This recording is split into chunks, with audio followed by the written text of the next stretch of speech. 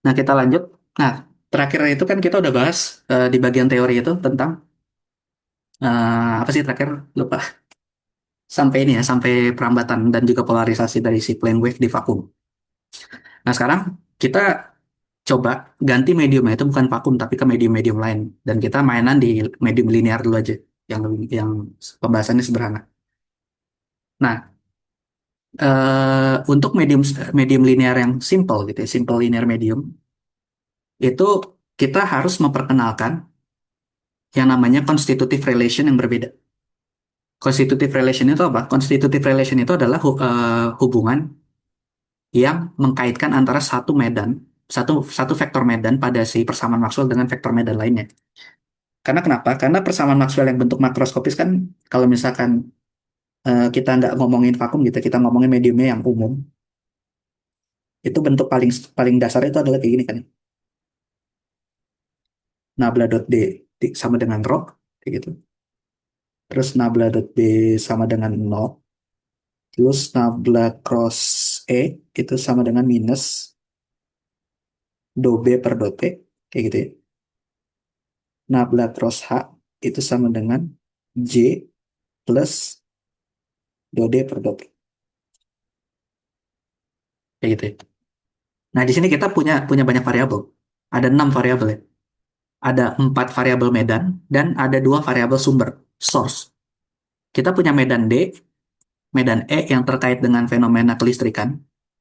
Terus kita punya medan B dan medan H yang terkait dengan fenomena kemagnetan. Terus kita punya 2 source, punya 2 sumber medan, yaitu rho atau muatan listrik yang terkait dengan sumber dari medan listrik, sumber medan listrik monopol.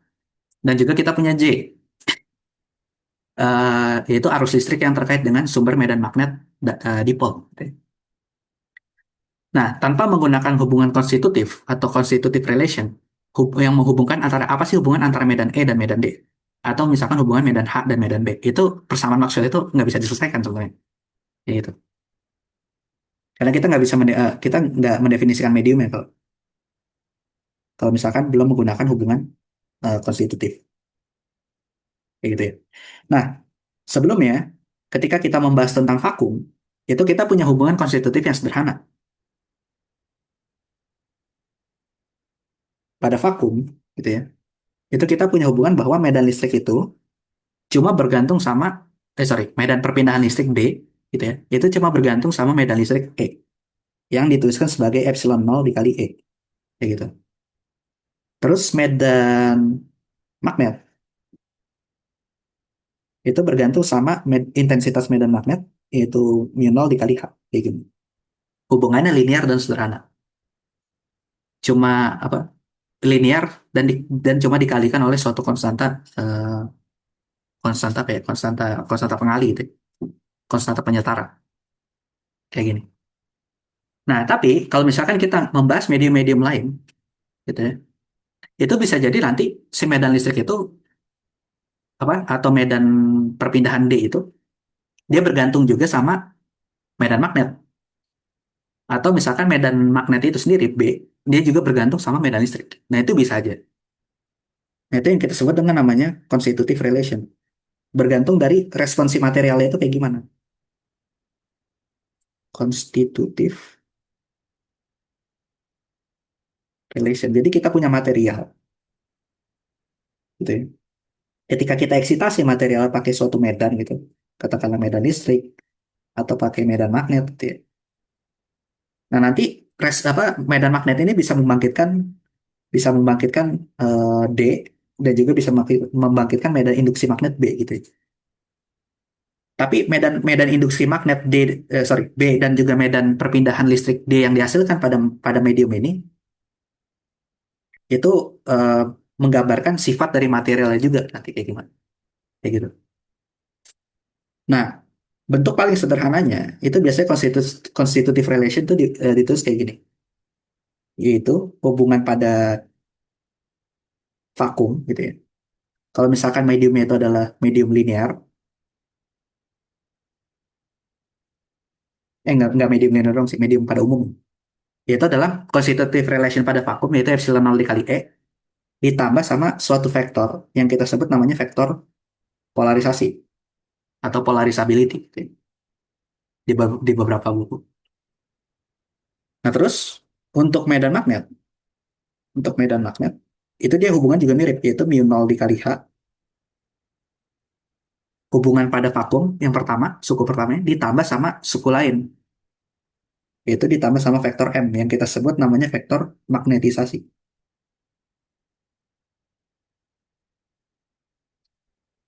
Jadi P itu vektor polarisasi dan M itu vektor magnetisasi. Nah, tapi hati-hati jangan ketukar antara vektor polarisasi P dengan polarisasi yang didefinisikan menggunakan vektor Jones. Itu beda. Mereka itu mendeskripsikan dua fenomena fisik yang berbeda. Kalau polarisasi yang kita bahas di pertemuan sebelumnya tentang vektor Jones, itu dia menunjukkan arah getaran dari medan listriknya itu kemana? Apakah vertikal, apakah horizontal, apakah melingkar, apakah elips, kayak gitu. Jadi vektor Jones itu adalah disebutnya polarisasi juga, tapi polarisasi yang dimaksud di situ adalah arah getar dari medan listrik, polarisasi dari cahaya, bukan polarisasi medium. Nah, kalau misalkan vektor polarisasi P ini dia mendeskripsikan polarisasi medan listrik dari medium, gitu ya. Jadi nunjukin si mediumnya itu dia punya apa medan listriknya behaviornya kayak gimana, kayak gitu. Nah, kalau magnetisasi itu menunjukkan nanti behavior atau kelakuan dari medan magnet pada si mediumnya ini kayak gimana. Gitu. Nah, terus si vektor medan listrik P ini dia sebenarnya nggak ada restriction, nggak ada batasan bahwa dia cuma bergantung sama medan listrik aja. Bisa aja nanti dia bergantung sama medan magnet juga. Nah, ini bisa aja kayak gitu. Gitu juga untuk medan magnetisasi bisa aja nanti dia bergantung sama medan listrik juga kayak gitu ya. Jadi bukan cuma bergantung sama H atau B, tapi juga bergantung sama E dan D gitu. N, D. Jadi bisa aja keempat keempat medan yang kita definisikan sini, satu, dua, tiga, empat, lima, enam, oh ada enam sorry. Karena medan yang kita definisikan di sini, mereka tuh saling terkoppel satu sama lain. Itu bisa kayak gitu. Nah itu material-material eksotik biasanya. Nah tapi untuk pembahasan dan untuk kasus-kasus yang sering ditemui di alam, gitu, terutama di orde klasik ataupun orde-orde teknologi yang udah mature gitu untuk saat ini kayak fiber optic communication dan sebagainya macamnya. Itu kita batasi bahwa kebergantungan P itu cuma bergantung sama E, gitu ya. Dan M itu cuma bergantung sama H. Gitu. Kita batasi kasus kasus sederhana, kasus sederhana yang sering ditemukan di alam. Jadi kasus-kasus kalau misalkan kita membahas fenomena optik atau gelombang elektromagnet pada material alami gitu ya.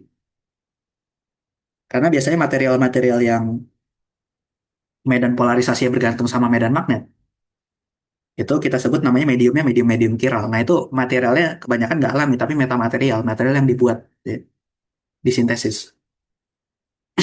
Walaupun aku nggak tahu juga kalau misalkan ada material yang kayak gitu, cuma biasanya restriction yang kedua itu adalah selain ini yang banyak ditemukan di alam, itu juga dia punya restriction yaitu dan kita mainannya pada order linear. Gitu ya.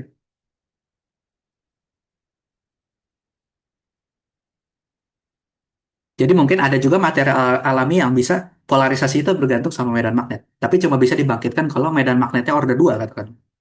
Yang H-nya kuadrat gitu. Atau order 3 H pangkat 3. Nah itu kasus itu kita buang gitu ya. Jadi kita lihatnya sekarang yang sederhana dulu. Yang ordernya linear. Nah sebelumnya kita udah bahas bahwa medan listrik dan medan magnet gitu ya, itu merupakan fungsi ruang dan juga waktu. Karena kenapa? Medan listrik itu kan beda-beda ya bergantung sama titik posisi posisi kita pengukuran medan listrik ada di mana. Bergantung sama vektor posisi R. Sebelumnya, aduh, kenapa nih? Medan listrik itu dia bergantung sama R dan juga bergantung sama T gitu ya. Bergantung sama vektor posisi dan juga bergantung sama waktu. Gitu juga medan magnet H. Nah, karena medan listrik dan medan magnet bergantung sama posisi dan waktu, maka otomatis nanti medan polarisasi maupun medan magnetisasi itu juga memiliki kebergantungan terhadap posisi dan waktu. Kayak gitu.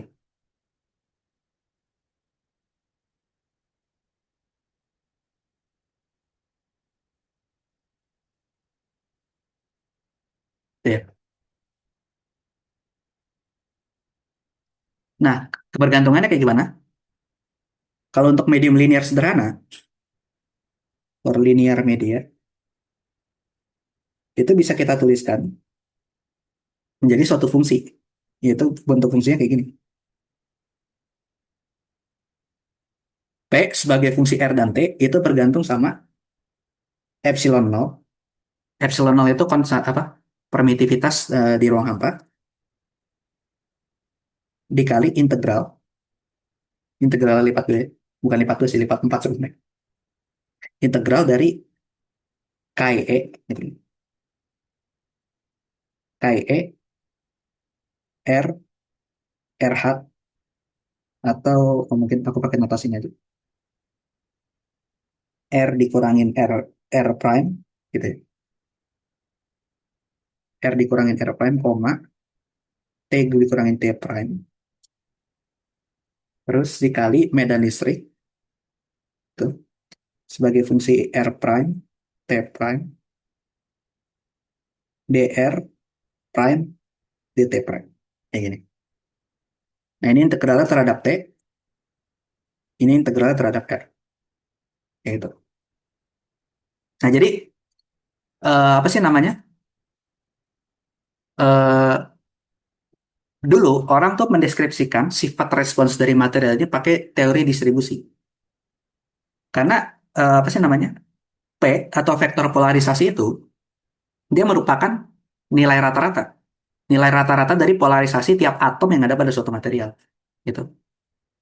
Polarisasi itu kan adalah kalau misal paling sederhana kalau misalkan kita punya dipol ya. Dipol itu adalah kita punya dua muatan, satunya muatan positif, satunya muatan negatif. Nanti dia bakal membentuk momen dipol. Kayak gini. Momen dipol itu didefinisikan sebagai Q dikali D. Yang mana Q itu adalah besar muatan masing-masing dari momen dipol ini. Biasanya mereka itu kalau kalau dipol itu muatannya sama ya, muatan positif sama negatifnya magnitudonya sama. Yang ini 1 kulon, yang ini -1 kulon gitu. Jadi Q-nya itu 1 kulon.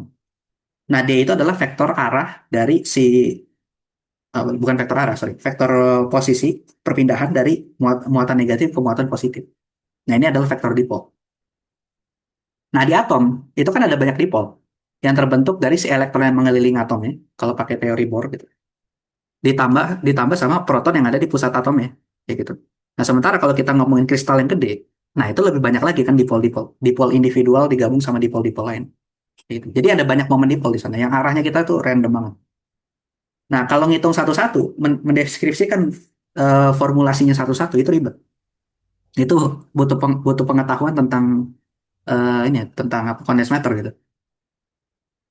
Nah, sementara cara paling gampang itu adalah kita punya satu kristal gede, kita kasih eksitasi medan listrik, terus kita ukur respons respons satu kristal itu kayak gimana, respons secara menyeluruh, kayak gitu. Nah, respons rata-rata, jadi yang respons menyeluruhnya ini itu adalah rata-rata dari semua dipol-dipol tadi yang kecil-kecil tadi, kayak gitu. Nah, itulah si vektor polarisasi P. Nah, jadi si si fungsi KIE ini, KIE ini adalah yang kita sebut namanya fungsi respons. Fungsi respons untuk medan listrik. Untuk medan listrik. Dan fungsi respons ini dia nggak didefinisikan secara analitik, tapi pakai eksperimen, kayak gitu ya. Mungkin ada beberapa model analitik sekarang yang udah dikembangin buat ngitung KIE itu kayak gimana gitu. Misalkan dari density functional theory atau sejenisnya gitu. Tapi dulu sebelum teori DFT itu ada gitu ya, Nah, orang udah ngitung ini dengan cara adalah ya pakai eksperimen aja. Jadi kita punya medium, ditembak dimasukin medan listriknya berapa, nanti polarisasinya dihitung berapa, dari situ dicari nilai KE-nya sebagai rata-rata dari sifat rata-rata dari si medium tadi, kayak gitu. Dan di sini si KE-nya ini itu bergantung sama posisi, gitu ya. Posisi dari di mana kita mengeksitasi medan listriknya, kayak gitu. Jadi kalau kita punya medium, katakanlah bentuknya kotak kayak gini. Terus ini sumbu X, ke atas itu sumbu Y, berarti ke sini itu adalah sumbu Z. Ketika kita mengeksitasinya dari negatif X ke positif X, berarti dari kiri ke kanan kayak gini. Sama dari bawah ke atas kayak gitu. Nah, itu bisa aja nanti dia memberikan nilai respons yang berbeda gitu ya. Jadi nanti K-nya apa nilai K-nya berbeda. Karena nilai K-nya berbeda, maka nanti P-nya juga berbeda. Itu bisa macam-macam. Kayak gitu. Makanya di sini didefinisikan bahwa si responsnya itu bergantung sama fungsi posisi. Itu juga. Sorry, dia merupakan bergantung sama vektor medanistik ya, berarti bergantung sama vektor, tapi juga bergantung sama fungsi posisi. Nah, maksudnya bergantung sama fungsi posisi itu apa? Jadi di dalam medium itu, kalau aku gambar kotak kayak gini, di dalam medium itu kan ada banyak atom. Ya. Ada banyak atom kayak gini. Nah, fungsi medan listrik, sorry, si vektor polarisasi yang dihasilkan di titik ini, katakanlah ini titik A, eh, itu bisa aja dia apa nilainya itu bergantung sama medan listrik yang ada di titik sini, di titik B, di titik B. Dan juga ditambah sama katakanlah medan listrik yang juga adanya di titik A, ya gitu. Jadi tiap titik pada si medium tadi itu nanti bakal menghasilkan vektor polarisasi. Tapi vektor polarisasinya belum tentu dihasilkan oleh medan listrik pada titik yang sama. Gitu. Itu makna dari si R prime ini. Dan itu kenapa perumusannya dituliskan dalam bentuk integral. Karena dalam bentuk integral ini itu kita sama aja kayak merata-rata medan listrik yang ada di seluruh medium ini gitu. Sifat kolektifnya kayak gimana nanti dia bakal menghasilkan polarisasi yang kolektif arahnya kemana.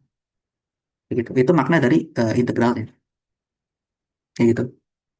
Nah, tapi biasanya itu kita menggunakan asumsi juga. Asumsi yang selanjutnya, ini asumsi pertama ya. Asumsi pertama itu medium linear. Untuk membuat problemnya lebih sederhana, orang itu ngasih asumsi yang lebih lanjut. Asumsi lebih lanjutnya apa? Yaitu mediumnya bersifat lokal.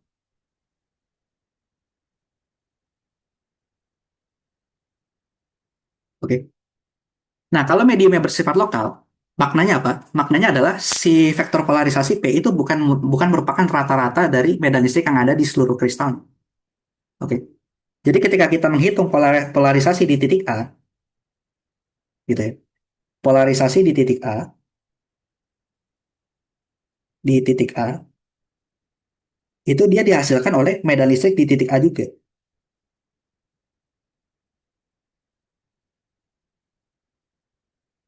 Kayak gitu. Jadi medan listrik di titik B, di titik C atau di titik lainnya pada kristal itu nggak ngaruh sama polarisasi di titik A tadi. Beda sama kalau misalkan kita belum menggunakan asumsi lokal ini. Kalau belum menggunakan asumsi lokal, bisa aja medan listrik di titik B itu ngaruh juga ke titik A. Jadi kita harus hitung nilai rata-ratanya gitu dengan integral. Kayak gitu ya. Nah, kalau misalkan kita udah gunakan sifat medium lokal, itu persama apa? Si fungsi respons P-nya ini bisa kita sederhanakan jadi kayak gini deh. Epsilon nol integral terhadap R-nya hilang gitu ya. Atau kalau misalkan masih pengen ditulis sebagai integral bisa kita tulis kayak gini. KE gitu ya. R minus RE sorry R aksen koma T minus T aksen E sebagai fungsi R aksen dikali delta delta delta ini adalah fungsi delta Dirac gitu ya.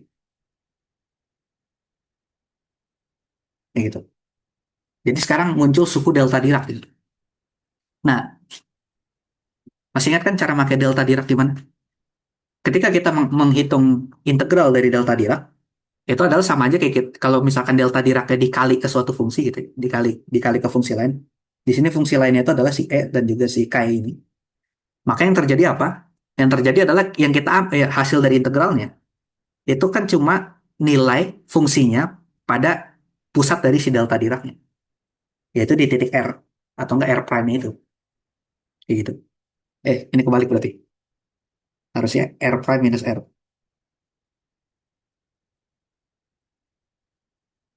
Karena senternya delta Dirac tuh yang minus di belakangnya kan biasanya. Gitu. Jadi ketika kita lakukan integralnya dengan menggunakan delta Dirac di sini, yang terjadi adalah hasil integralnya berubah jadi lebih sederhana, yaitu tinggal integral terhadap waktu aja, integral terhadap posisinya hilang. Ini jadi chi sebagai fungsi posisi dikali medan listrik sebagai fungsi posisi yang sama gitu ya. Oh sorry, ada yang kurang. Sebagai fungsi posisi t minus t prime dt.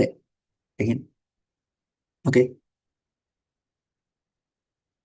Nah, maknanya apa persamaan yang paling terakhir ini? Maknanya adalah respons dari si material pada titik tertentu, pada posisi R itu cuma bergantung sama medan listrik pada posisi yang sama gitu, pada posisi R yang sama. Kayak tadi, kalau kita punya kotak di sini, polarisasi pada titik B itu cuma bergantung sama medan listrik pada titik B ini aja. Gitu. Jadi nggak bergantung sama titik-titik yang lain. Sementara kalau kalau belum kita tambahin suku delta Dirac di sini, itu sama aja kayak kita mengintegralkan untuk seluruh titik. Artinya, medan listriknya harus kita rata-ratain dulu. Kayak gitu ya. Sorry, responsnya adalah respon rata-rata dari medan listrik untuk seluruh titik. Kayak gitu. Sampai sini ada pertanyaan dulu nggak?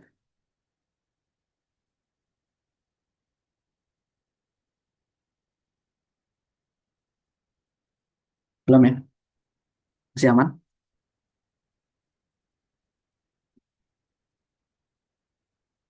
Oke, kalau masih aman, kita lanjut. Nah, itu kan tadi baru baru untuk polarisasi. Untuk magnetisasinya belum kan ya? Cara kita mendefinisikan magnetisasi itu sebenarnya sama persis kayak cara kita mendefinisikan polarisasi. Jadi untuk medium linear, gitu ya, medium linear, vektor magnetisasinya itu bisa kita tuliskan menggunakan perumusan integral yang sama, yaitu M sebagai fungsi R dan T, gitu ya, sama dengan epsilon nol integral R T, gitu ya, Chi M R minus R prime, koma T minus T prime, dikali.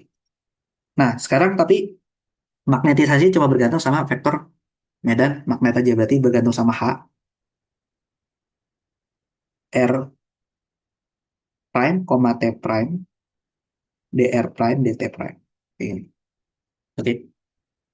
Nah, di sini ada KM. KM itu fungsi respons juga, tapi untuk medan magnet. Jadi mereka fungsi responsnya beda. Polarisasi dia bergantung sama medan listrik, fungsi responsnya KE. Magnetisasi dia bergantung sama medan magnet, terus fungsi responsnya itu adalah KM. Ya gitu. Tapi ini cuma berlaku untuk medium linear. Oke. Nah, terus kalau kita masukkan sifat locality tadi, bersifat lokal itu locality, untuk si magnetisasi, maka kita bakal dapat bentuk yang sama persis juga. Yaitu kayak gini. M sebagai fungsi R dan T. Sorry, ini bukan epsilon ya. Kalau untuk magnetisasi itu harusnya mu nol. Oke, konstantanya. Berarti mu nol integral chi M sebagai fungsi posisi dan T minus T prime dikali H sebagai fungsi posisi diintegralkan terhadap dt prime. Kayak gitu. Oke. Nah, terus di sini tadi kita udah bahas tentang integral terhadap posisi. Maknanya itu apa? Untuk magnetisasi juga sama. Berarti dia apa? Kalau integralnya kita kerjain sama aja kayak kita menghitung nilai rata-rata magnetisasi untuk medan listrik pada sorry, medan magnet pada titik yang berbeda. Nah, tapi sekarang di sini kita juga punya integral terhadap waktu, dt prime, dt aksen gitu ya.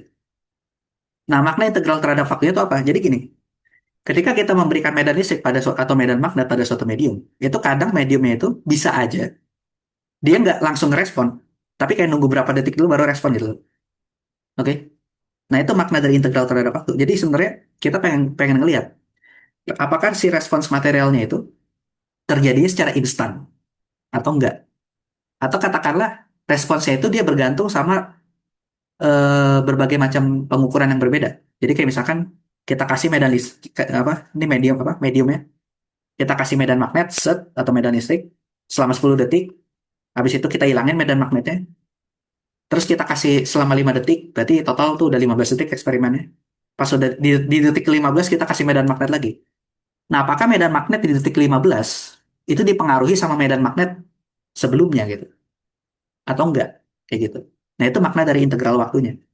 Jadi sama aja kayak kita melihat respons polarisasi atau magnetisasinya, tapi sekarang kalau waktunya yang kita variasikan pada waktu yang berbeda gitu. Nah, ini kita juga gunakan penyederhanaan. Penyederhanaan yang selanjutnya itu adalah kita asumsikan bahwa medium yang kita gunakan itu dia punya respons instan pada optical regime tapi pada optical regime.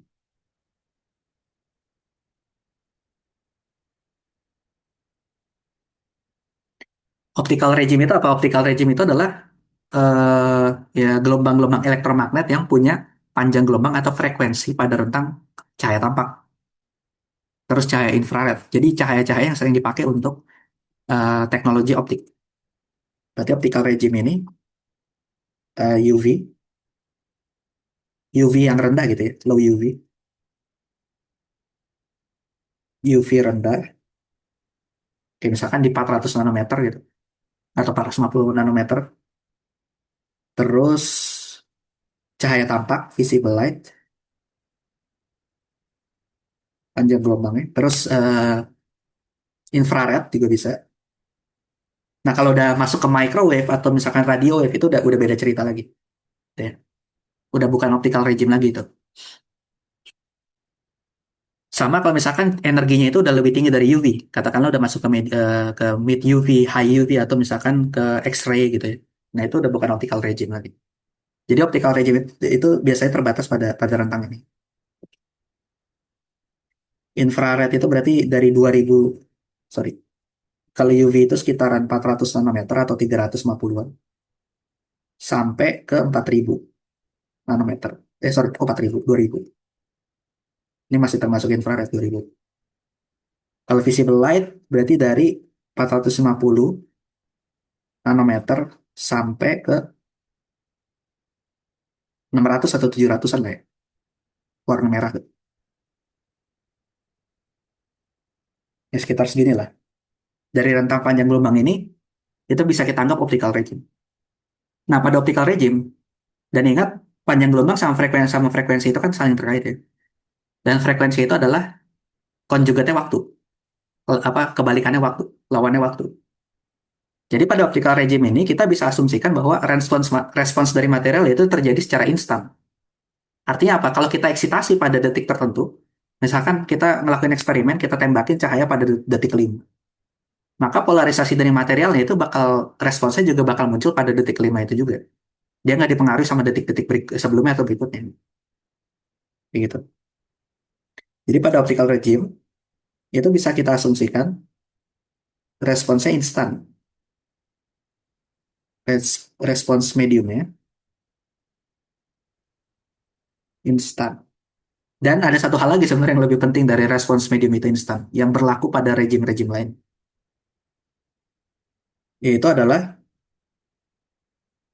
si mediumnya itu harus bersifat kausal, causal relation. Causal relation itu apa? Jadi kita exclude semua fenomena yang nilai T-nya itu negatif, nilai waktunya negatif.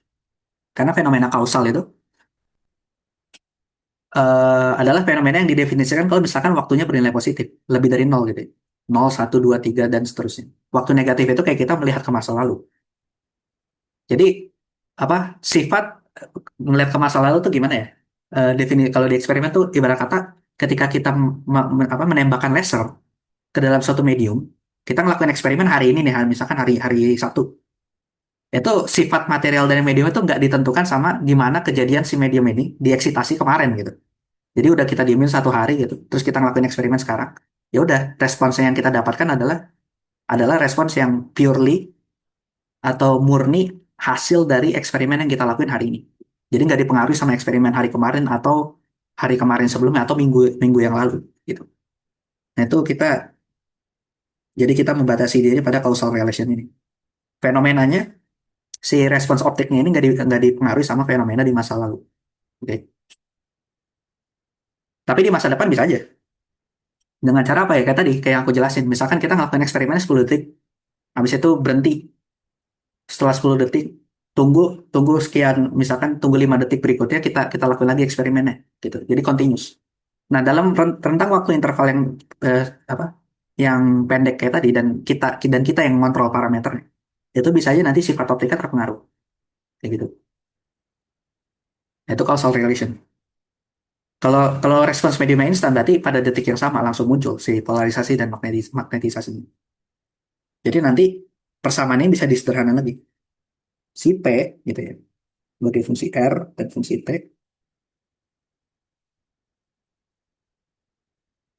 itu bisa kita tuliskan sebagai epsilon 0 Chi E R, T minus T aksen dikali theta theta T aksen. Nah, theta T aksen ini apa? Nanti aku jelasin. Theta T aksen dikali E sebagai fungsi R dt aksen. Bentar, kayaknya ada yang kurang.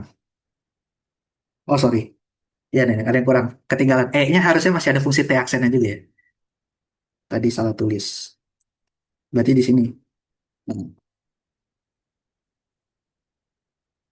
Nah, ini E-nya ada fungsi T aksennya juga. Tadi ketinggalan. Ini juga sama. Berarti.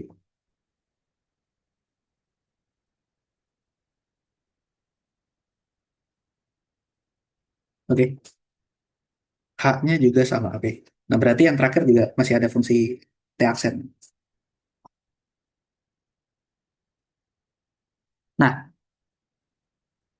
ini fungsi yang di tengah ini, theta kapital sebagai fungsi T aksen ini yang kita sebut namanya Heaviside function.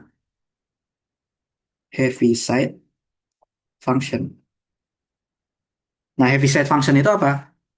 Jadi, ya cuma ini fungsi tangga. Gitu ya. Fungsi tangga yang stepnya naik satu kali doang.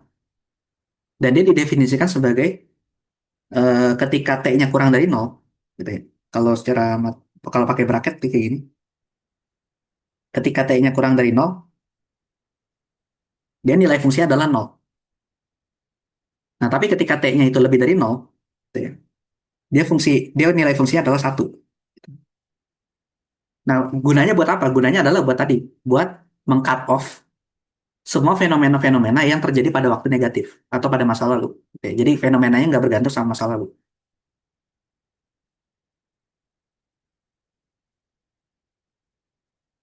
Kayak gini, dia bentuk fungsinya. Oke, gitu ya. Jadi yang kita perlu perhatikan itu adalah tinggal integral pada T yang nilainya positif aja. Nah, kalau integral pada nilai T yang positif aja, si persamaan integralnya itu bisa kita ubah jadi RT epsilon nol integral dari nol sampai T tertentu gitu ya. Chi E R T gitu ya. Minus T prime E sebagai R T prime dt prime. Kayak gini.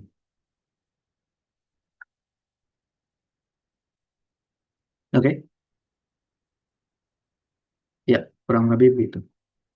Oke, sampai sini ada pertanyaan lu?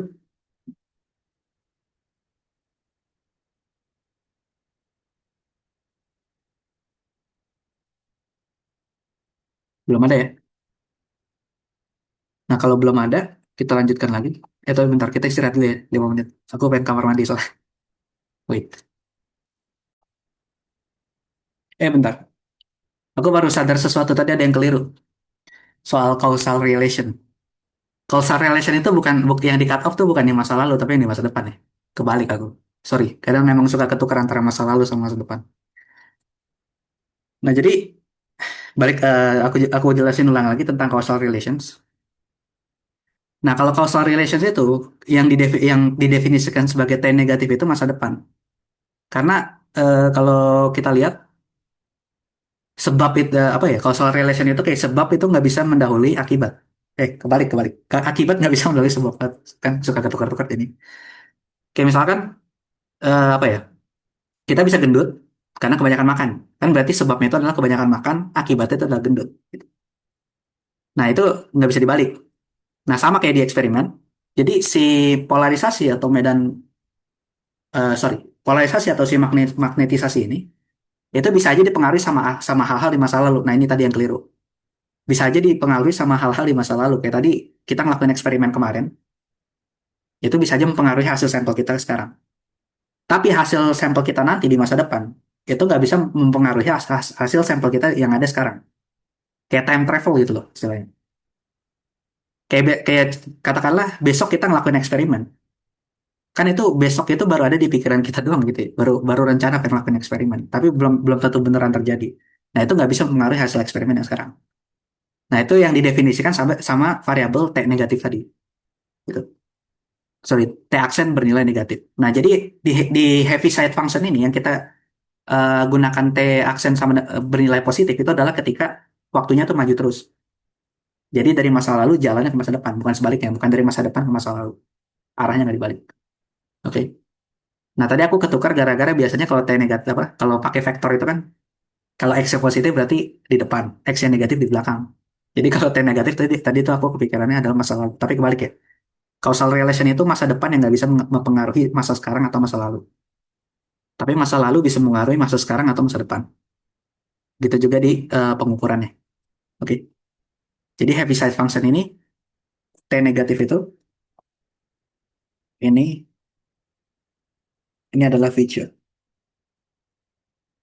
to past gitu ya. Jadi dari masa depan ke masa lalu. Nah, ini nggak bisa. Tapi ketika T prime-nya dia positif, ini dari past to future. Jadi arah waktunya dari masa lalu ke masa depan, gitu ya. Oke. Tapi secara matematis dia ya udah bentuk akhirnya masih sama, masih konsisten kayak gini. Jadi kita cut off-nya yang T-nya negatif. Jadi batas integralnya itu cuma dari 0 sampai T positif aja. Begitu juga untuk magnetisasinya.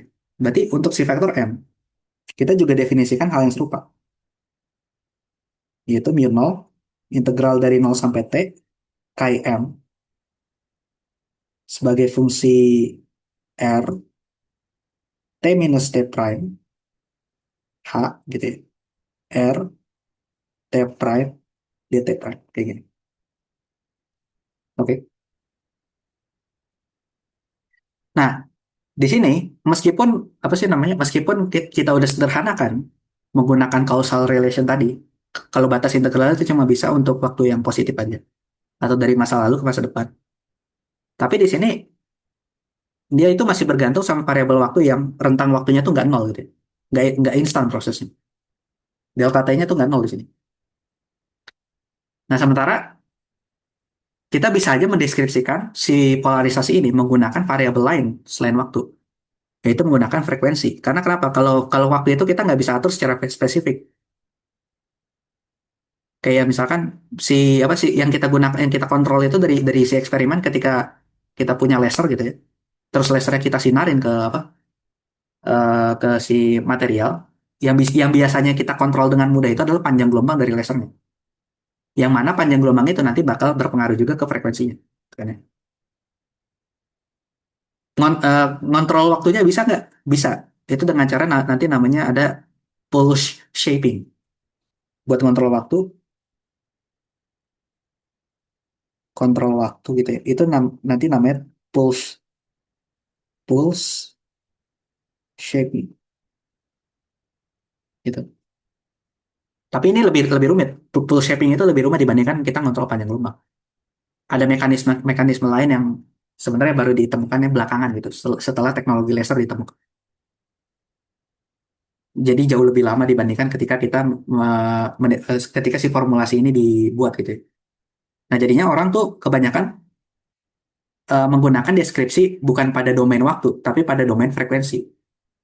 Nah, jadi karena kontrol frekuensi itu lebih gampang, kita harus pindah nih, perumusannya harus kita pindah dari domain waktu ke domain frekuensi dengan cara apa? Dengan cara kedua persamaan ini, baik untuk yang polarisasi maupun magnetisasi, itu kita lakukan Fourier transform.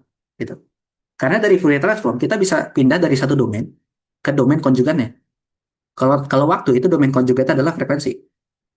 Kalau misalkan posisi itu domain konjugatnya adalah panjang gelombang atau wave vector.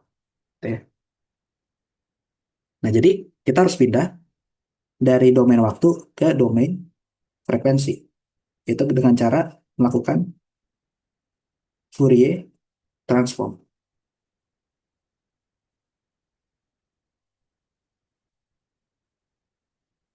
Nah, detail Fourier transform gimana? Sebenarnya definisi Fourier transform itu beda-beda ya, macam-macam. Tapi yang jelas harus konsisten aja. Jadi kayak gini maksudnya, konsisten. Jadi kalau kita bisa mendefinisikan yang namanya pasangan fungsi Fourier transform dan juga inverse dari Fourier transform.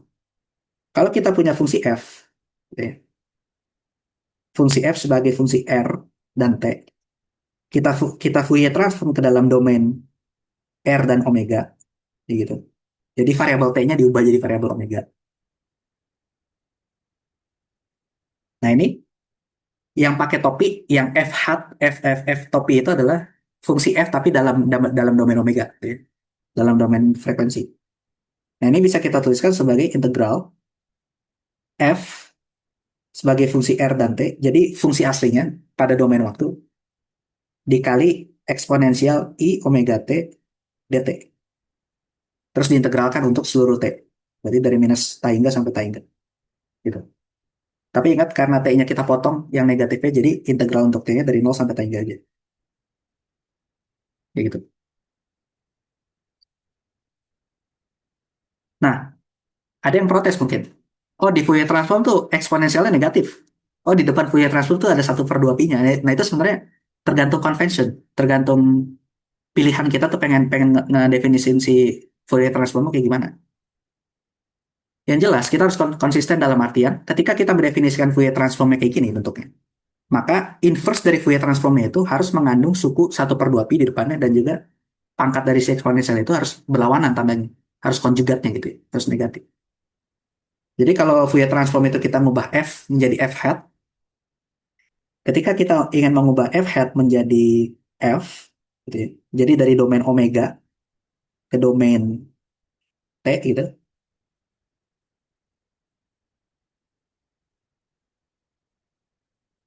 Nah, ini kita gunakan namanya ft-1 atau inverse dari Fourier transform yang kita definisikan. Nah, kalau di sini nggak ada satu per 2 pi-nya, ini maka di inverse-nya itu dikasih satu per 2 pi integral untuk seluruh nilai omega, berarti dari minus tahingga sampai tahingga. F, f hat r, omega, e pangkat minus i omega t d omega. Kayak gitu. Oke? Jadi bergantung convention. Kalau misalkan kita pengen taruh negatifnya itu di bagian Fourier transformnya kayak gini, terus yang inverse-nya itu yang pangkatnya positif, itu nggak masalah. Yang jelas mereka antara si inverse Fourier transform dan si Fourier transform itu pangkatnya harus beda tandanya, harus konjugat. Karena kenapa? Kalau kita konvolusikan, kita kali gitu ya. Mereka harus cancel pangkatnya supaya bentuknya bisa balik lagi ke bentuk fungsi semula. Kayak gitu. Dalam artian, misalkan kita punya fungsi sinus, sin x gitu ya, atau sin t. Ketika kita Fourier transform, itu si sin t ini bakal berubah jadi sesuatu gitu. Jangan sin deh, pakai cos aja. Yang aku udah tahu hasil Fourier transform apa. Cos. Cos t itu kalau ketika di Fourier transform itu dia bakal berubah. Hasilnya itu jadi misalkan jadi jadi delta Dirac ya. Jadi delta Dirac omega katakan. Delta Dirac omega gitu. delta Dirac omega plus plus suatu konstanta dikurangin ditambah delta Dirac omega dikurangin suatu konstanta kayak gitu misalkan. Nah, ketika si delta Dirac ini aku inverse Fourier transform, dia harus balik lagi ke cos-t lagi kayak gitu. Jadi apapun deskripsi definisi Fourier transform yang kita pakai, asalkan konsisten, itu ketika kita melakukan operasi dari fungsi dari apa dari ruang dari sorry dari domain waktu ke domain frekuensi, terus dari frekuensi ke domain waktu lagi itu maka bakal memberikan hasil yang sama.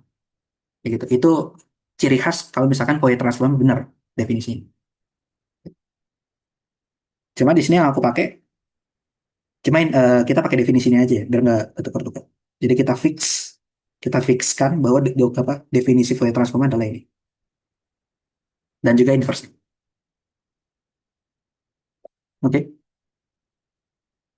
ada pertanyaan sampai sini?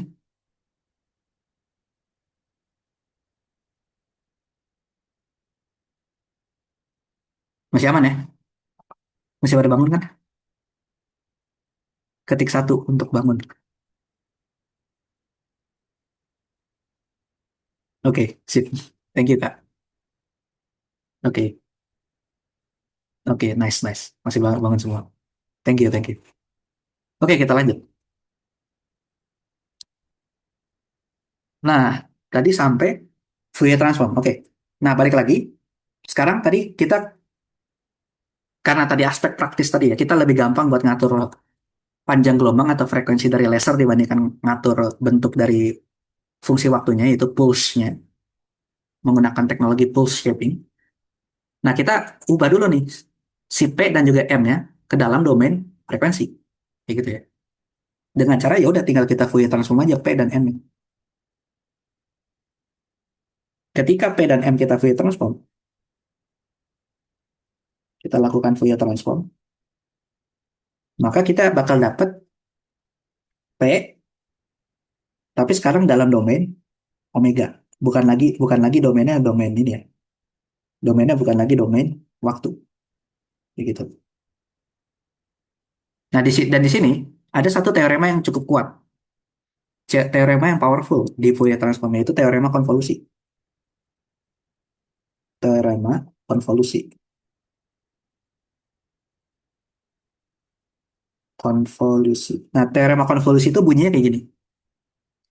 Kalau misalkan kita punya konvolusi dari dua fungsi gitu ya. Dua fungsi kita punya konvolusi dari dua fungsi. Terus si konvolusinya ini kita Fourier transform. Maka hasil dari Fourier transform itu sebenarnya adalah perkalian dari dua fungsi masing-masing ini pada Fourier domain.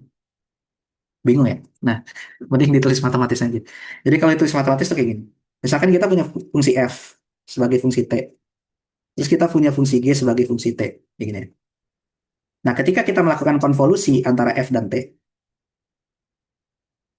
oke, f kita konvolusikan dengan, antara f dengan g, oke, maka yang terjadi adalah kita sama aja kayak konvolusi itu kita kalikan, terus kita integralkan sambil digeser.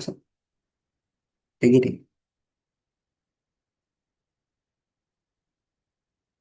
Kayak gitu ya. Jadi si fungsi f kita kalikan dengan fungsi g yang digeser pada interval tertentu, terus sambil kita kalikan, mereka tuh kita integralkan. Gitu. Jadi dia sambil digeser, sambil diintegralin tuh. Dan ingat, integral itu secara geometris adalah kita ngitung luasnya. Jadi kalau misalkan kita punya fungsi, kalau pakai bentuk geometri, kita punya fungsi f, katakanlah bentuknya kotak gini.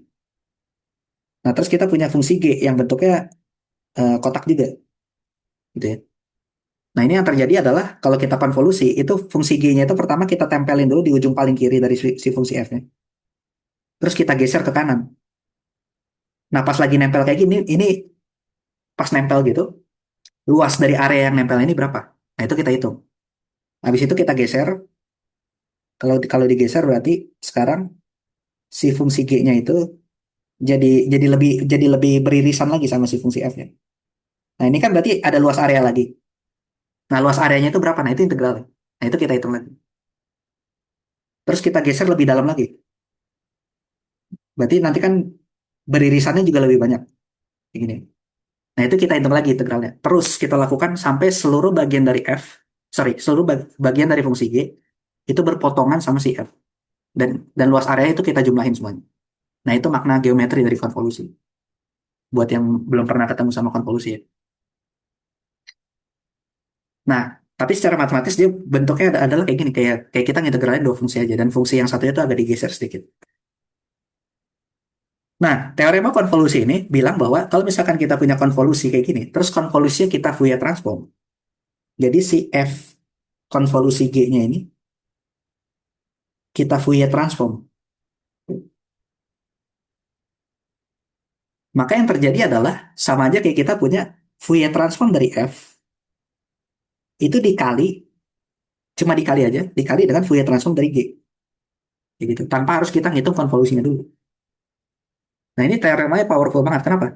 Karena daripada kita capek-capek ngitung si konvolusinya tadi ya, fungsi kita geser, kita hitung integralnya dan seterusnya, itu tinggal kita Fourier transform f-nya menjadi f hat sebagai fungsi omega, terus kita transform g-nya menjadi g hat sebagai fungsi omega, terus kita kaliin aja hasilnya, kayak gitu.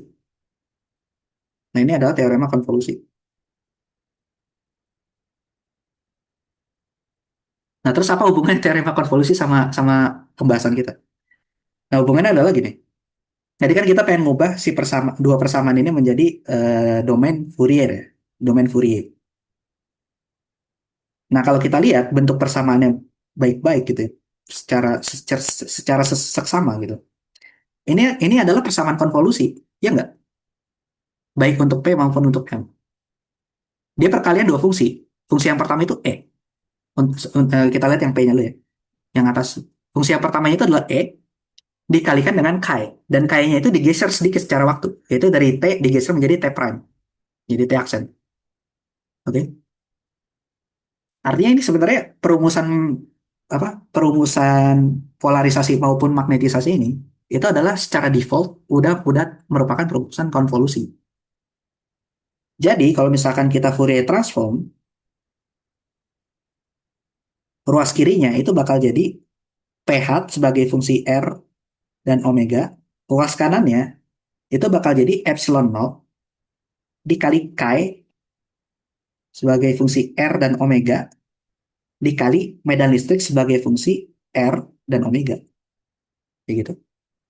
Yang mana chi sebagai fungsi R dan omega ini adalah Fourier transform dari si chi yang fungsi waktu ini.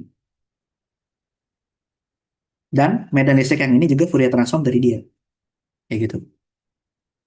Jadi kalau aku tulis di sini, chi R omega ini adalah Fourier transform dari chi eh, R T gitu ya. Gitu juga untuk medan listriknya. Medan listrik E omega itu adalah Fourier transform dari E, R, dan omega. Kayak gitu. Nah, hal yang sama kita lakuin juga untuk medan magnetisasinya M. Berarti nanti dapat mu nol chi M sebagai fungsi R dan omega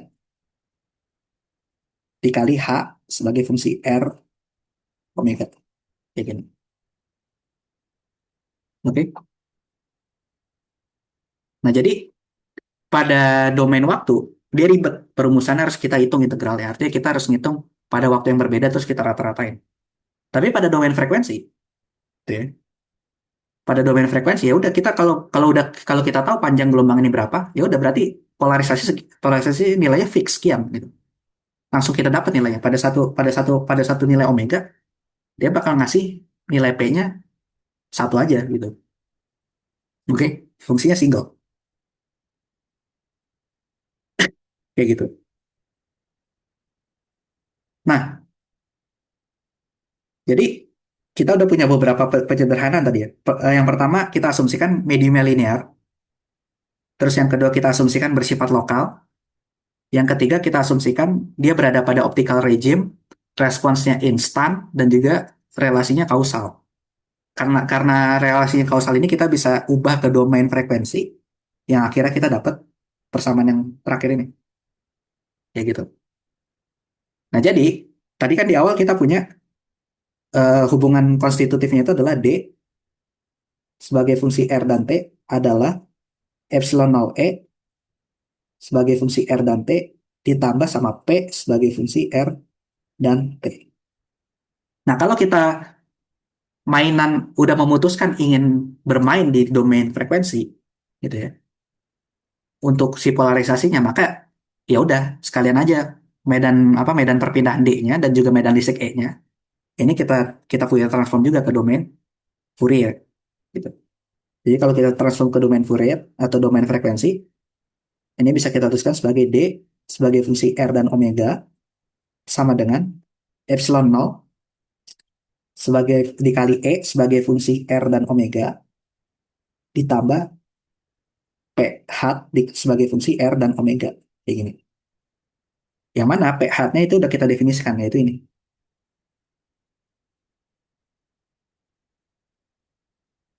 Jadi kalau kita tulis secara eksplisit, jadinya kayak gini.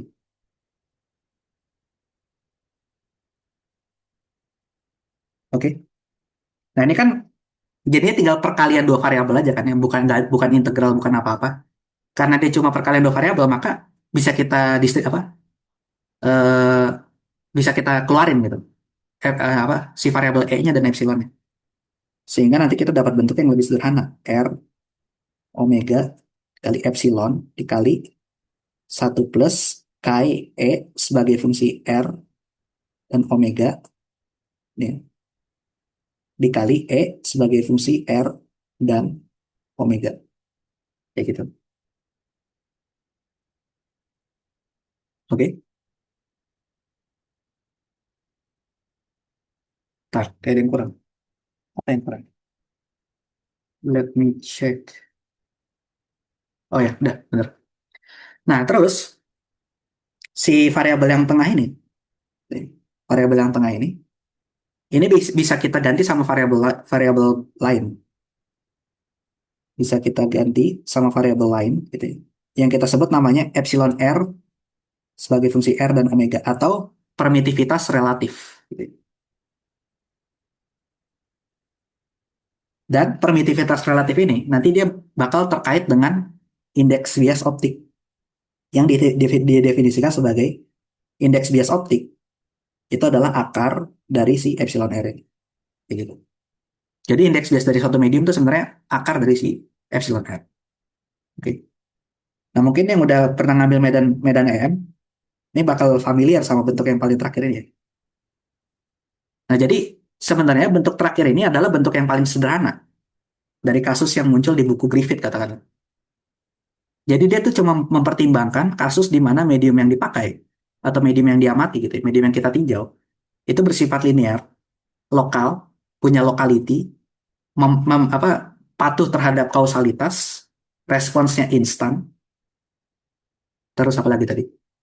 Dan juga dia didefinisikannya menggunakan definisi dari frekuensi gitu ya. Ruang frekuensi bukan menggunakan ruang sorry pada domain frekuensi bukan bukan domain waktu.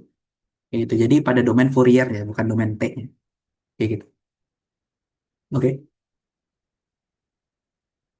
Nah, dengan cara yang sama, nanti kita bisa juga tulis M, bukan M, sorry, B ya.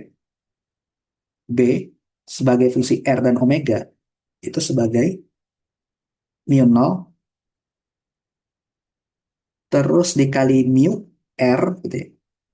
Sebagai fungsi R dan omega dikali H dikali R sebagai fungsi sorry dikali H sebagai fungsi R dan omega yang mana mu R-nya ini bergantung juga sama satu plus chi M dikali R sebagai fungsi R dan omega kayak gitu.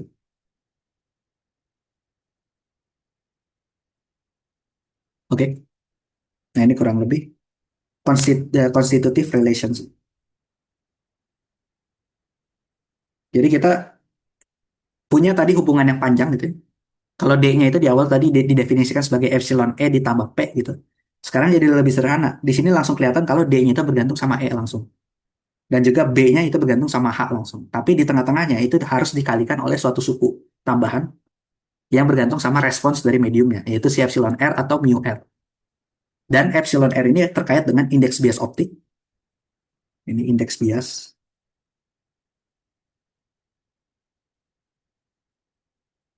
Sementara kalau yang medan magnet itu terkait dengan permeabilitas magnetik relatif, gitu ya.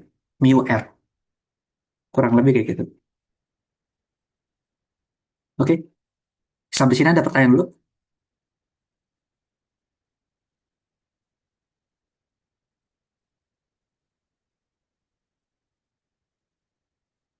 Belum ada ya? Ini kayaknya nggak sempet kalau misalkan kita pengen nurunin persamaan gelombang di mediumnya. Atau masih sempat ya, masih ada 10 menit sih sebenarnya. Tapi gimana? Kalian mau lanjut atau udah kita cukupkan dulu aja?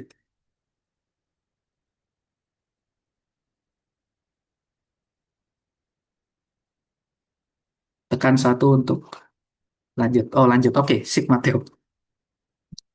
Oke, oke. Kita jawabannya nih. Berarti lanjut. Nah, bagian terakhir sebenarnya. Itu tentang persamaan gelombang pada medium.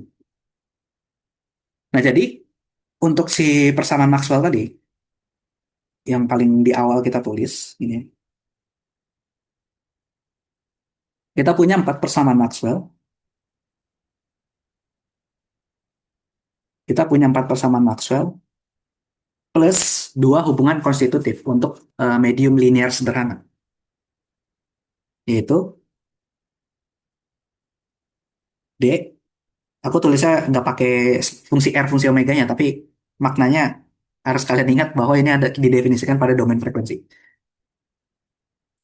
Yaitu D sebagai epsilon, epsilon 0, epsilon RE, gitu ya. Terus B-nya, mu 0, mu R, H. Kayak gitu.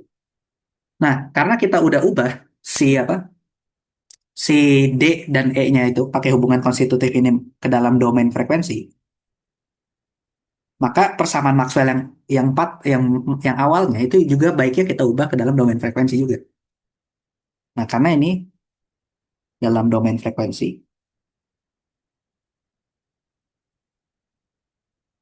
domain frekuensi. Sementara ini kan masih domain waktu yang apa? Yang empat persamaan Maxwell sini. Kalau kita lihat, karena kenapa? Ciri khas utama dari domain waktu itu masih masih turunannya turunan terhadap T sekarang. Masih ada variabel T-nya. Nah, ini bisa bisa kita ubah ke dalam domain frekuensi dengan cara ya udah keempat persamaan Maxwell ini kita Fourier transform juga. Tapi ingat kalau kita melakukan Fourier transform kepada suatu persamaan maka ruas kiri sama ruas kanannya dua-duanya harus di Fourier transform. Nah, yang pertama nabla.d sama dengan rho. Nah, ini kalau di Fourier transform itu tinggal jadi nabla.d juga, nggak berubah. Tapi d-nya sekarang kebergantungannya bukan terhadap t tapi terhadap omega. Terus rho-nya itu juga jadi juga punya kebergantungan terhadap omega. Bukan bukan bukan kebergantungannya bukan RT lagi tapi R omega. Nabla.b itu juga sama. Jadi kayak gini. Nah, yang ini yang agak unik. Nah, jadi ketika kita melakukan Fourier transform tapi ada turunan waktunya di sana, itu kita bisa pakai salah satu properti dari Fourier transform, yaitu adalah kalau misalkan kita punya suatu fungsi, turunan suatu fungsi terhadap waktu, katakanlah df per dt gitu, ya. Terus kita lakukan Fourier transform, gitu. Yang mana definisi Fourier transform kayak kayak kita pakai di awal tadi, yaitu eksponensial minus i omega t. Maka hasil dari Fourier transform itu adalah sama aja kayak minus i omega dikali Fourier transform dari fungsinya itu sendiri gitu ya. Kayak gitu. Oke. Jadi kalau misalkan kita punya fungsi f sebagai fungsi t kayak gitu.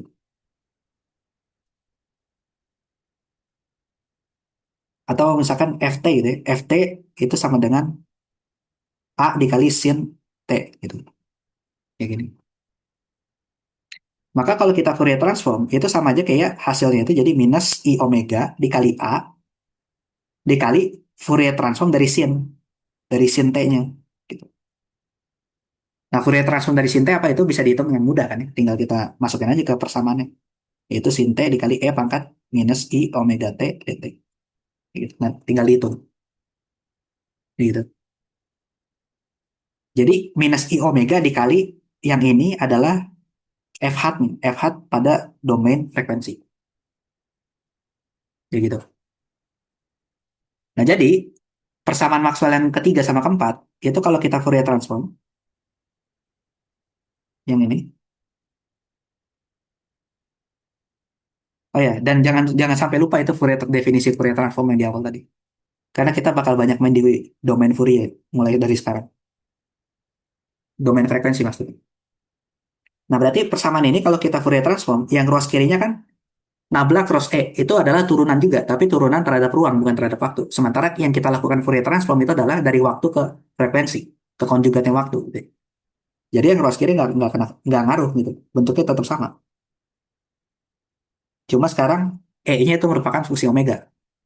Nah, yang ruas kanannya karena dia B turunan B terhadap waktu, maka si turunan B terhadap waktunya itu berubah jadi minus I omega dikali B sebagai fungsi omega sekarang. Gitu. Yang mana B sebagai fungsi R dan omega itu adalah Fourier transform dari B sebagai fungsi waktu. Oke. Jadi yang ini bakal jadi I omega B R omega. Nah, yang ini juga sama perlakuannya. Berarti bisa kita peroleh dengan mudah J R omega minus I omega D R omega. Kayak gini. Oke. Nah, jadi sekarang kita punya persamaan Maxwell 4 biji gitu ya. Tapi dalam domain Fourier, dalam domain frekuensi, bukan dalam domain waktu lagi.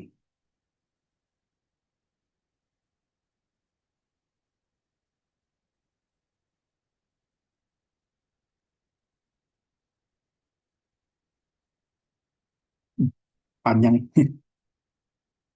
Nah, ini. Nah, ini 4 persamaan Maxwell dalam domain frekuensi. Plus, jangan lupa tadi kita punya dua hubungan konstitutif.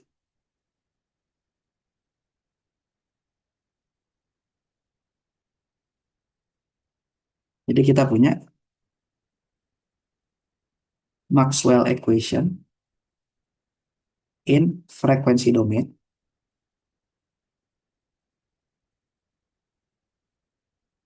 sama ini, sama constitutive relation.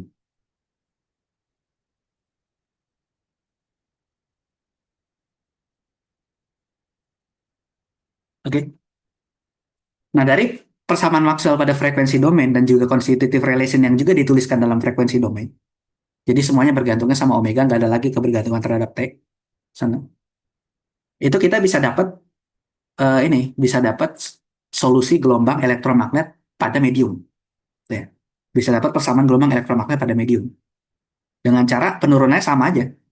Yaitu kita tinjau kasus khusus di mana kita nggak punya arus untuk mengeksitasi medan magnet. Jadi nggak ada arus di sana, nggak ada arus listrik. Dan juga nggak ada sumber-sumber monopol, nggak ada muatan muatan listrik. Jadi kita ambil kasus di mana R dan R-nya, sorry, rho-nya 0 dan juga J-nya 0. Nah, ketika kita ambil ini, kita bisa turunkan persamaan gelombang dengan cara hukum Faraday yang ini, yang curl dari medan listrik, itu tinggal kita lakukan curl lagi tapi di kedua ruas. Ini. Jadi kita lakukan double curl. Kita lakukan double curl. Nah, yang ruas kiri masih ingat ada ini ada apa? Ada triple product dari nabla. Triple product dari nabla yaitu kalau kita punya nabla cross E gitu ya. Ini nanti bisa kita tuliskan hasil dari triple product itu adalah nabla dikali nabla dot E dikurangi nabla kuadrat E. Kayak gitu. Ini untuk yang ruas kiri. Sementara untuk yang ruas kanan,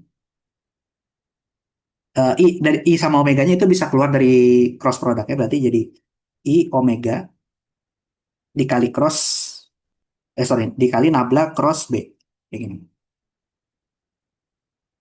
Oke. Sementara dari constitutive relation kita punya punya bahwa si B-nya itu apa adalah bergantung sama H. Jadi ini bisa kita tulis I dikali omega cross, sorry, I dikali omega dikali nabla cross mu nol mu R dikali H, kayak gini. Nah ini harus hati-hati di sini. Ini harus hati-hati kenapa? Kalau di vakum kita langsung bisa mu nol itu kita kedepanin, kita kita keluarin dari si nablanya, dari si curl-nya. Tapi di sini nggak bisa. Di sini itu mu R-nya itu dia merupakan fungsi dari posisi juga. Artinya dia nanti bakal bakal kena pengaruh turunan dari si nabla ya kan, nabla itu turunan posisi ya, dodo X, dodo Y, dodo Z. Artinya dia nggak bisa keluar dari turunan. Jadi yang bisa kita keluarin dari turunan itu adalah cuma I omega mu nol aja. Sementara nabla curl itu nanti bakal bekerja ke mu R dan juga kepada H. Karena mu R dan H dua-duanya merupakan fungsi dari R. Kayak gitu ya. Oke. Nah ini suku ini bisa kita pecah lagi. Ups. Ini aku agak cepat ya, karena waktunya udah mepet. Suku ini bisa kita pecah lagi, jadi I omega mu nol dikali pakai aturan Leibniz. Kalau ada turunan UV, berarti nabla mu R dikali cross dengan H, kayak gini. Ditambah, ditambah mu R nabla cross H. Kayak gini ya. Oke. Jadi nanti kita punya I omega mu nol nabla mu R dikali cross dengan H ditambah I omega mu nol mu R nabla cross H. Kayak gitu. Oke, jadi persamaan ini yang ruas kanannya jadi ini, yang ruas kirinya jadi ini. Ya. Nah terus nabla cross H itu bisa kita masukin pakai persamaan Maxwell yang keempat, yang paling bawah.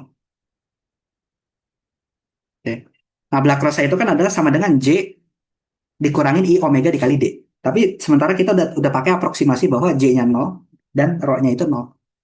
Jadi nabla cross H,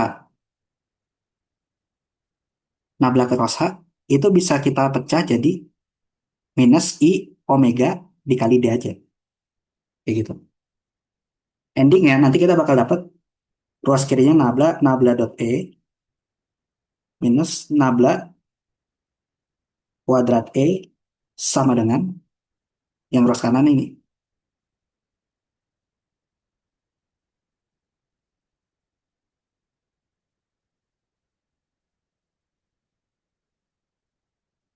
dikali minus I -nya, nah ini kan ada I terus ini ada I juga berarti jadi I kuadrat omega D kayak gitu ya.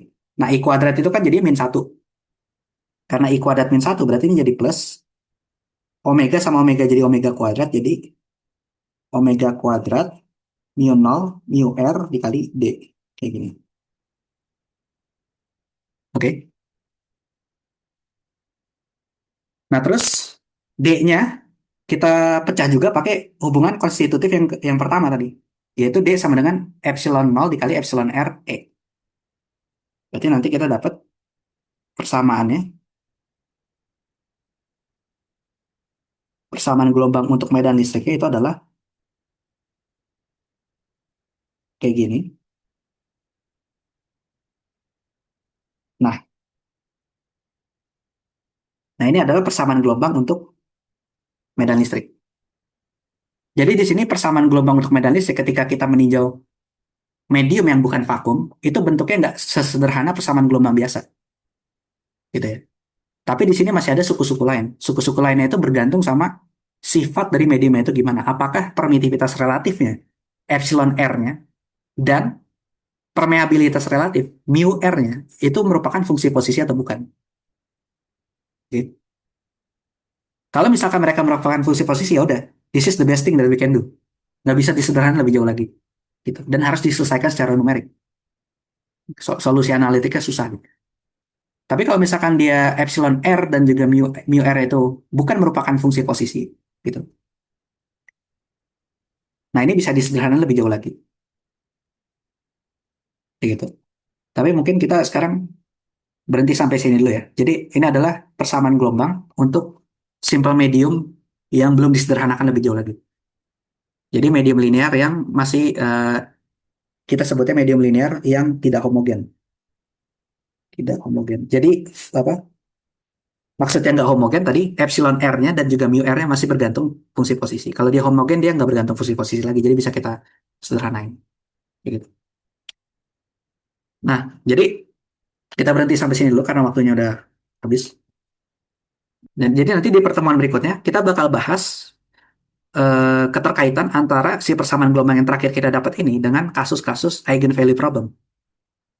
Jadi kita bisa memandang sebenarnya persamaan terakhir ini adalah sebagai persamaan masalah eigenvalue, yang mana ruas kiri dari persamaannya ini sebenarnya sama aja kayak kita melakukan apa ya, bukan melakukan, mengenakan atau mempekerjakan suatu operator kepada medan listrik E. Dan ruas kanan ini kan skalar semua nih, kecuali kecuali suku yang ini ya, kecuali suku yang ini. Sementara variabel lainnya kan ini skalar. Nah, ini adalah nilai dari eigenvalue ya sebenarnya. Jadi omega yang didapatkan itu jadi eigenvalue dari si gelombang. Ya gitu. Dan kenapa pembahasan tentang eigenvalue ini penting? Karena ini nanti ada kaitannya juga dengan teknologi baru yang sekarang lagi dikembangin, yaitu tentang non-Hermitian physics. Jadi non-Hermitian physics itu apa? Sistem-sistem yang Hamiltonian itu non-Hermitian, non-Hermitian, tapi dia punya eigenvalue yang real. Dan sebenarnya sistem-sistem ini, kalau yang kita tahu kan di fisika kuantum gitu ya, kalau Hamiltoniannya tersusun dari operator-operator Hermitian, itu udah pasti eigenvalue-nya real. Tapi kalau operator non Hermitian biasanya eigenvalue kompleks. Jadi dan eigenvalue kompleks itu nggak fisis biasanya. Tapi ternyata di optik itu ada juga sistem-sistem yang operator Hamiltoniannya itu non Hermitian, tapi dia bisa menghasilkan eigenvalue yang real. Kayak gitu. Dan itu direalisasikan dengan mudah. Yaitu dengan cara kita mengatur loss dan gain pada sistem optik. Kayak gitu. Tapi itu kita bakal bahas di pertemuan berikutnya. Lebih detail gimana. Jadi sekarang kita cukupkan sampai sini dulu. Ada pertanyaan sebelum diakhiri?